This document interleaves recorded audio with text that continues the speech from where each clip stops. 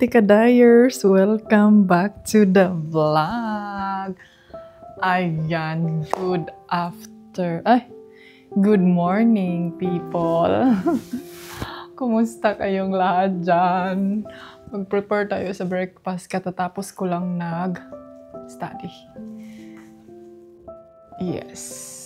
And then, babalik na naman ako mamaya para may matapos akong mga episode sa aking buhay. So ngayon, mag-breakfast muna tayo. Wala pa tayong breakfast, mga antikels. Mag-ano ako today, magtrapo ako sa bintana, tapos mag-decalcium ako sa machine. So yun yung agenda natin today. Kumusta kayong lahat? Hopefully everybody is okay. Maganda yung weather. Akala ko kaninang umaga is cloudy, pero okay lang. Do you want some cornflakes or yogurt? Yogurt. So, magawa ako ng yogurt, tapos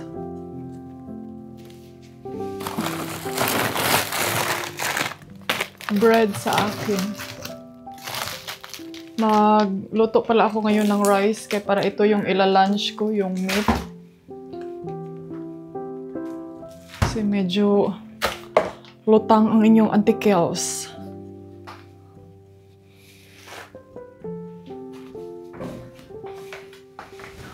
Aga, do. Ang aga kong gumising kaninang umaga. Then, hindi ako nag-expect na makagising ako ng alas 3. Malapit na mag-alas 4. Mga 3:40 something.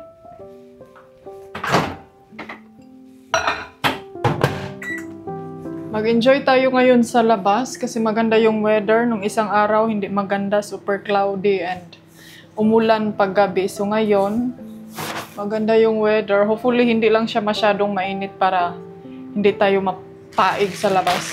And I don't know what to eat. Ang kakainin ko na lang ngayon is mag-ice coffee tapos mag-cornflakes.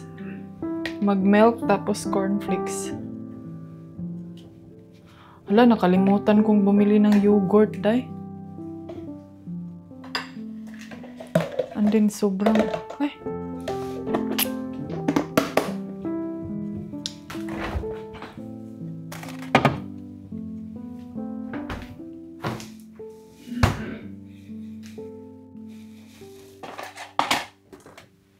Kailangan kong uminom ng gamot.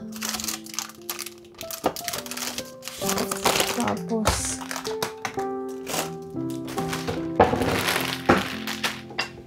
cornflakes.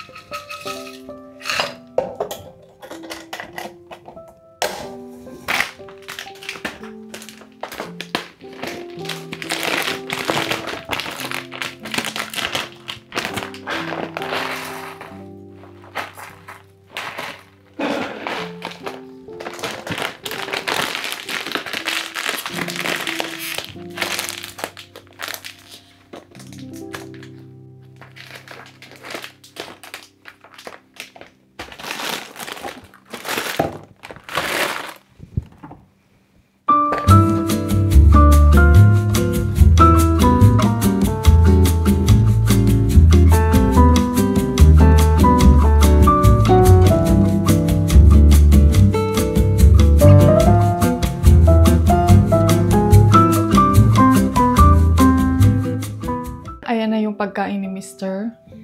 Yogurt at saka may cornflakes. So, ayan na yung sa akin. Isang banana at saka ice coffee. Mamaya na ako kakain ng pagkain ko kasi may ginawa akong pork. Tralalelo, tralala, tsung tsung tung tutung tsahong. Si Felix lagi ko no naadiri sa gawas, mga antikels. Magbihis ako ngayon kasi maglilinis ako ngayon ng swimming pool at saka bintana. Ninyong bata batuta. Hi! Hi! Kumusta, mana? Ha? Kamusta man ang feelings niya, andito tayo ngayon sa labas kasi si Mr. andon siya sa loob. Ang ingay niya, day. Magano ako ngayon ng bintana tapos maglinis siguro sa swimming pool and then magtrapo ako, day, ng mga abog-abog. And naka-aura ang inyong auntie Kels kay naatay kuan kaganiha. Nag-online ang inyong ante. Nag-selfie. Nag-ano si asawa na kining ang tawag nito, day, nag-change siya sa brush sa ilalim ng aming cabinet sa CR ba. Kasi nagtaya. Andin ito, kausap ko tong isa. Kagabi, doon ako natulog sa kabilang kwarto. Pero, actually, lilipat ako pag siguro mga 1:00, 2:00 na dahil lilipat ako ng higaan kasi yun na nga, nag-study ako ng early in the morning talaga para ma-memorize ko yung mga kailangan i-memorize. So, doon ako sa kabilang kwarto, mga 3:00 na siguro, yun, lumipat ako. And update pala kay Bianan, tumawag siya kahapon. Ang daming nagtatanong sa inyo kung ano daw yung update ni Mama. Okay lang siya, mga auntie Kels. Medyo mahina na talaga kasi alam niyo naman, if nag-wonder kayo, ilang taon na si Mama ngayon ay 98 na siya, day. So, okay pa naman siya. Kinakaya pa din niya yung mga garden work, mga kaganapan niya sa bahay, pero hindi na talaga yung sobrang malakas pa talaga siya. Kailangan na talaga niya ng alalay. Pero ayaw niya kasi, mga auntie Kels, na magstay sa, alam niyo yung home care. So ayaw niyang pumunta doon. So inano na lang siya ng family na pabayaan na lang siya doon sa bahay na kung ano yung gusto niyang decision and then mag-assess na lang ba. Kay mamimiss niya kasi yung garden niya. Yun yung kumbaga nagbigay ng lakas sa kanya, yung garden niya. Tapos nung isang araw, nag-usap din sila. Nagtanong siya sa akin kung kailan daw kami uuwi sa Pilipinas. Excited ba daw ako? So sabi niya excited siya na makauwi daw ako. And masaya siya. Buti na lang talaga ngayon is wala siyang masyadong niraramdaman. Kasi alam niyo, minsan masasabi ko talaga ba na I think isa din sa rason yung weather na makaano sa kanya, makapagbigay ng breakdown ba. Kasi every time talaga pag New Year, every time talaga pag winter time, dyan siya nagkaka-breakdown, mga auntie Kels. Like, lagi siyang nahuhospital. Kasi alam niyo, yung immune system niya ba is sobrang low. So, siguro dahil din sa lamig, kaya lagi siyang pabalik-balik sa hospital. But in fairness talaga, believe ako sa kanilang healthcare dun sa Denmark. Dahil hanggang ngayon, survivor talaga si Mother Earth. Ito si Felix, tapos nag-alala siya, paano daw si Felix if ever na mag-vacation kami. Sabi ko na, dun siya magstay sa kanyang caretaker. Felix na, kailangan ko pang i-fix ang mga papers nito before tayo kasi na lang, 1 month to go na lang tayo. And kailangan natin mag-prefer for everything, lalo na yung mga gamot ko, kay na it's very important, lalo na ngayon is very long flight tayo ba. Tapos ayoko na kasing mangyayari pa yung nangyari sa akin last time na pinapadala ko yung gamot doon sa Thailand tapos hindi ko nakuha kasi yun na nga, may custom declaration, custom problem. So, ayaw ko nang gawin yun ulit. Kaya as possible, na dalhin ko talaga lahat gamot. Hindi pa kami nakabili ng mga flowers dito. At saka doon, ewan ko kung kailan plano ni asawa na bibili ng flowers. Ayan, nag-andar na, day. Nag-andar na yung pump. Nag-start na. Kuha muna ako kunin ko na yung brush. Ayan. Flowers natin, lumalavarn.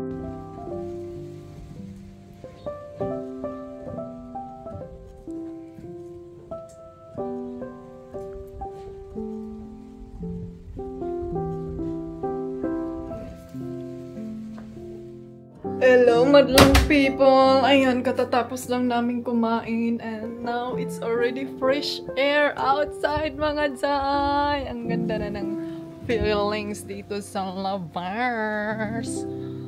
So, gusto ko sanang dito, maglinis ng mga dahon-dahon. Since nandito na tayo sa labas, magchika muna tayo ha. Nag-scroll ako kanina sa aking Facebook. And then, ang dami yung mga papuri sa akin na gumaganda, tumaba, yung mga blooming, yung mga ganon. So, alam nyo, napansin ko talaga din sa aking sarili ngayon na iba talaga ang impact. Iba talaga ang ano ba yung tawag doon? Yung epekto kung aanuhin mo talaga yung sarili mo. Yung, kumbaga, tignan mo yung sarili mo sa salamin na, kailangan ko ba talaga ito? Kailangan ko ba talagang gawin ito para makita or para kung sa Bisaya pa, para madaig sa mga tao? Or kailangan ko lang talaga ng atensyon? Alam niyo mga auntie kadayers, naano ko talaga sa aking sarili ngayon na, na-realize ko talaga ba na, kailangan ko talagang isipin muna yung sarili ko bago ko harapin yung mga bagay-bagay na tinatrabaho ko sa social media. Kasi accept naman ako na social media ko yung trabaho ko. Pero minsan, meron one time, parang naano lang kasi ako ngayon parang pakiramdam ko kasi mga auntie Kels na since nung nag-travel kami sa Bali, nung last Asia travel namin, parang pakiramdam ko ba na parang kumbaga nakalimutan ko na yung sarili ko.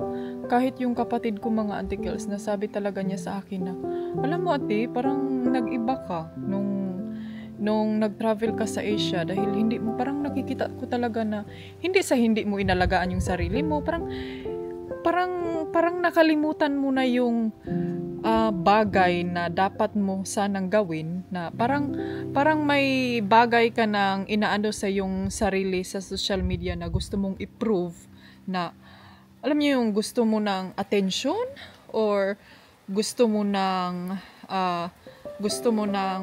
something sa mga tao, na gusto mo nang ipa-prove na kahit ano na lang gagawin mo, kahit sa paningin ng iba is hindi na siya maganda, pero para sa'yo, okay lang kasi ginawa mo yun. Alam niyo yung ganun? Ano ba yung sa tawag nun? Yung attention? Hindi naman attention yun. Ano bang tawag dun sa ganun mga auntie Kels?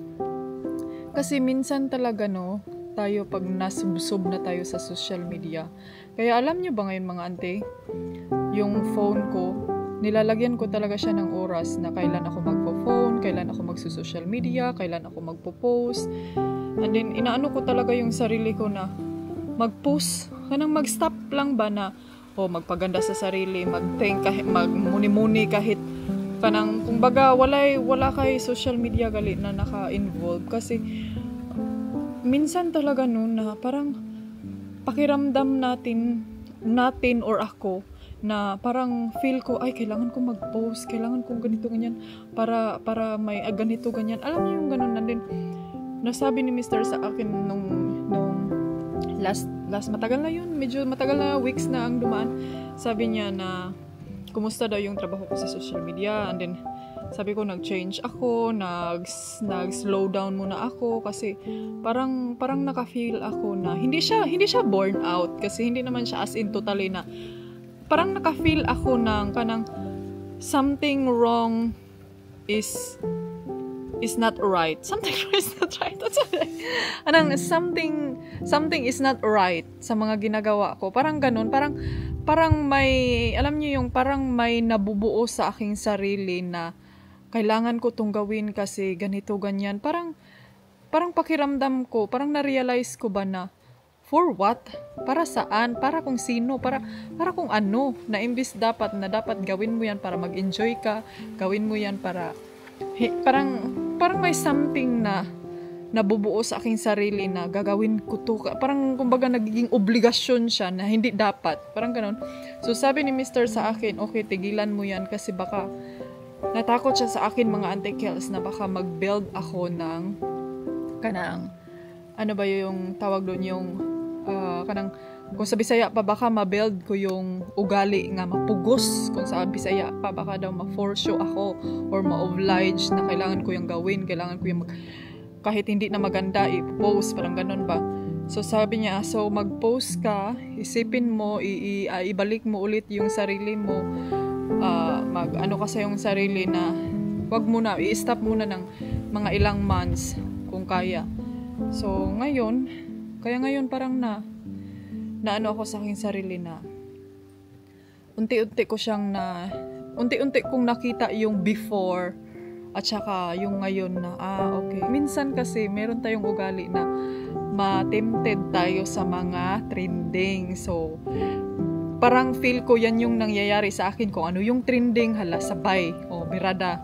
So yan yung parang na ano sa aking sarili ngayon na yun na nga, nag-post ako, parang nag-stop muna ako ng paunti-unti.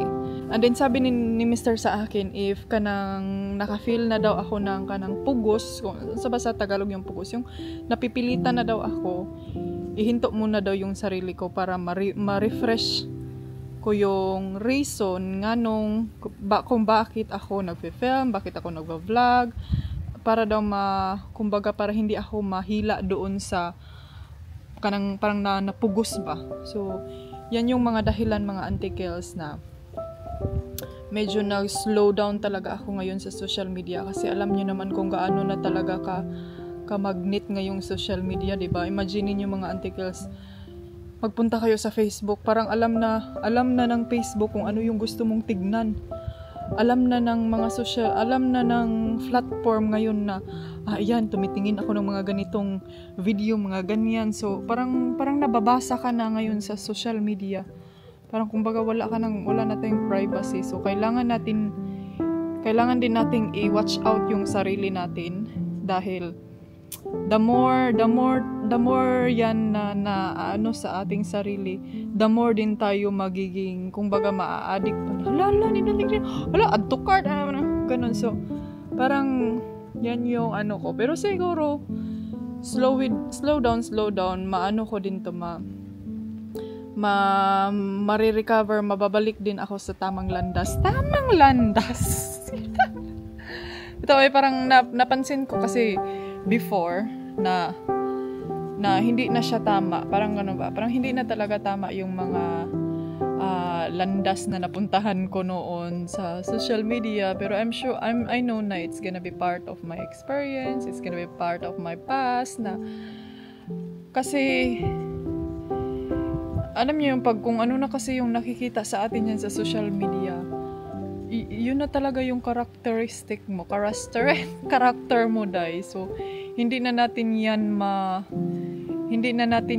ma-change kung yan talaga yung ipagpatuloy natin. So as long as meron pa akong chance na linisin or baguhin or mag-behave, then i-try ko siyang gawin, dai. So sabi ni Mr. na wag mong i-push yung sarili mo na kailangan mong gawin yan. Isipin mo kung ano ang rason kung bakit ko yan ginagawa. Isipin mo, that's only for your happiness, that's only for your memories, our memories, travel and everything. So kailangan mong ibalik yun sa iyong sarili. Wag mong isipin na naging obligado or obligasyon ka, dahil kung gusto ka talaga ng tao, kahit simple pa yung mga content mo, kahit konting update lang yan, makikurious talaga yan sila sa buhay mo. Kasi pag the more mo din yan silang, alam yung binibigay lahat-lahat, then the more na magsasawa yan sila sa'yo, dahil alam na nila lahat. Wala, pati kulay ng underwear mo alam na nila. So there's no need to crave anymore. So yan yung sabi niya sa akin. But anyway, ganyan talaga ang buhay, lalo na ngayon. Ibang-iba na ang buhay natin ngayon sa social media, mga antikels, kaya kayo mag-iingat talaga tayo.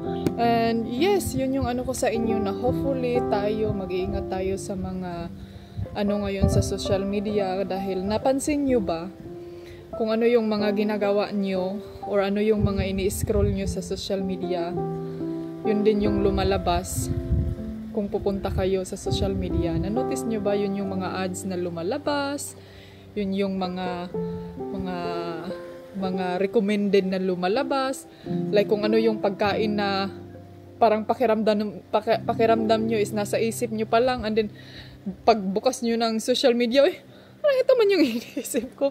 So yan yung isa din yun sa mga bagay na parang iniingatan ko, or dapat din nating pag-ingatan, magano tayo, dahil alam niyo naman ngayon ang AI is sobrang ano na talaga, sobrang delikado na. Kaya yung mga kapatid ko, mga Auntie Kel, sinasabihan ko talaga sila na wag masyadong mag-upload ng mga ano sa kanilang mga anak, yung mga more on, alam mo yung mga personal na mga ano sa mga bata natin, kasi hindi natin yan alam, mga Auntie Kels, kung ano ang magagawa sa social media in the future. Kasi ngayon, sobrang high-tech na, kaya mag-iingat tayo.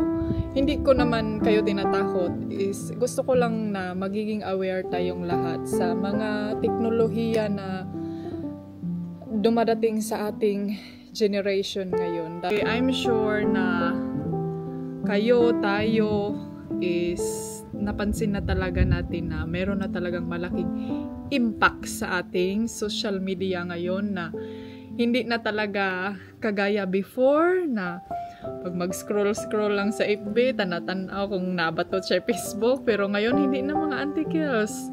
Pwede na yung mga nasa isip nyo is nare-recommended na yan sa inyo. So, I think that's it for today, and hopefully na mag-enjoy kayo, and see you next time. Baka pasyal tayo, and then hopefully na masama ko kayo, and hopefully na meron kayong aabangan sa aking mga kaganapan. Ciao! You're where I belong. You're where I belong. With you by my side, feels like the rain is gone. I'm holding on like the sun in